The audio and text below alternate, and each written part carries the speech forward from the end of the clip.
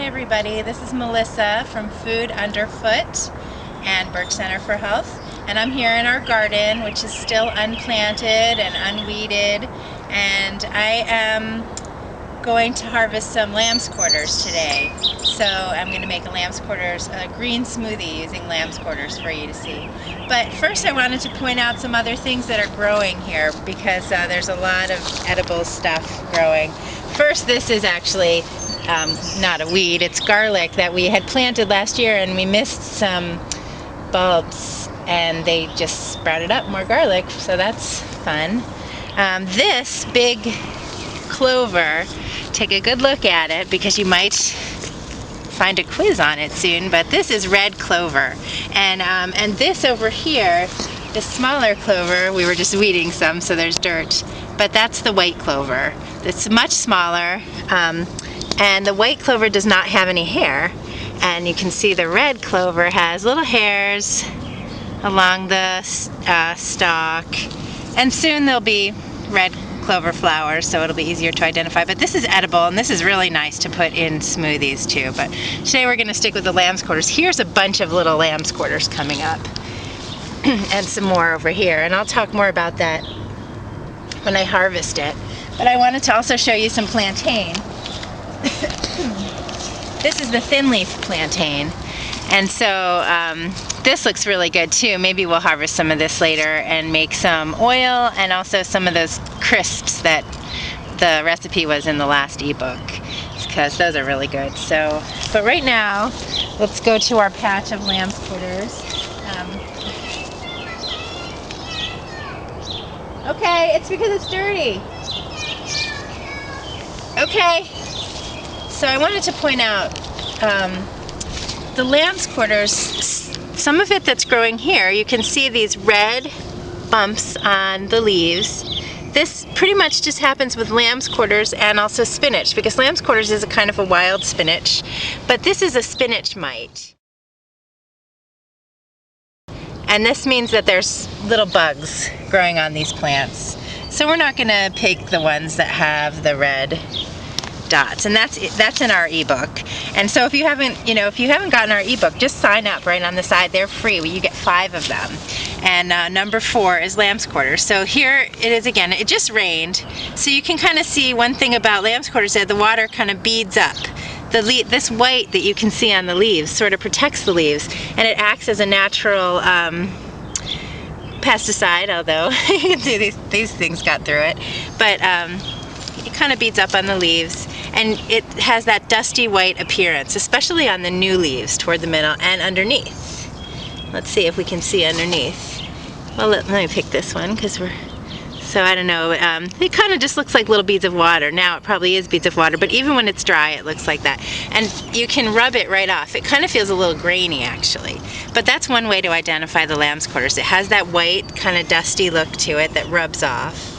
And right now the lamb's quarters is so small that I'm just going to pretty much use the whole thing. Sometimes I even pull it out by the roots are just really little, and then I'll just kind of pinch off the root and just use the whole thing because it's nice and tender right now, and it has a great taste. It's a very mild taste. It tastes like spinach. It doesn't have a very strong taste at all. So when we put it in the smoothie later, it doesn't change the taste of the fruit smoothie at all. And as it gets bigger during the year, the taste still tastes mild. So it's not like something that when it gets really big and flowers, it gets bitter like dandelion. This is just gonna stay good, so you can use this all through whenever you see it. And when it gets bigger, what you'll do is just use the leaves, because the stalk, it doesn't get woody, but it just gets a little tougher.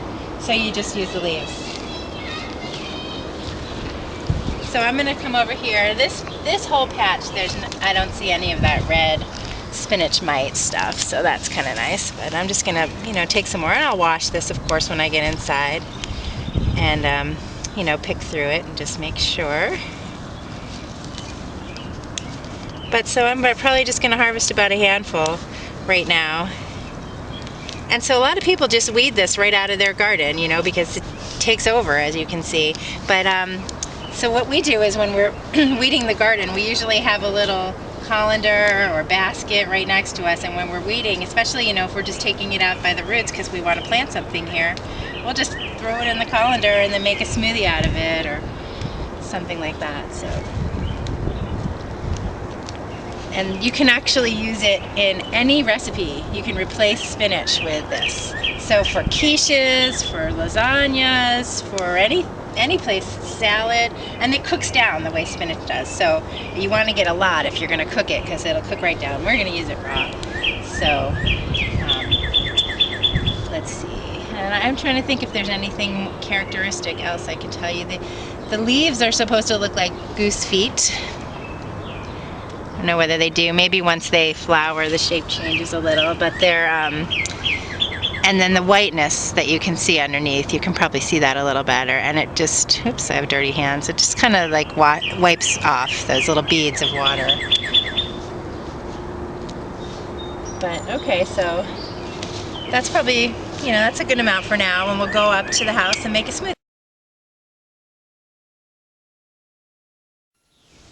Okay, so we're in the kitchen, and this is the lamb's quarters I just harvested from the garden. I just washed it, and I'm going to leave the stems right on there. And here's the strawberries, and I just want to point out that I leave the greens right on the strawberries. I blend them in. The greens are edible, and it adds green to the green smoothie. And so I'll go through the other ingredients as I do it. I'm going to add a couple bananas first. So do that. And second banana. Okay, and the recipe in the ebook that we show calls for peaches because peaches is delicious in this, but we don't have any peaches right now. We have some frozen mangoes, so I'm going to substitute frozen mangoes, and you can always substitute anything that you like for any of the recipes we show. So that was probably about maybe a cup and a half. And here's a handful of strawberries with the greens still on them. And our lamb's quarters that we just harvested. Just going to put that right in there too. And I like my smoothies, I'm going to put some ice in. You don't have to. And then I add water. Some people don't add water, and it's just very thick. I really like water in my smoothies, so they can have a drink. So I'm just going to add, let's see, I think I usually add about, for this amount, 3 cups. Let's see, it's you know, halfway up. I don't cover, well, do a little more. That's probably good. If I need more water, you can, you know, if you need more water, you can always add more water. It's no problem. So here we go. I'm going to blend.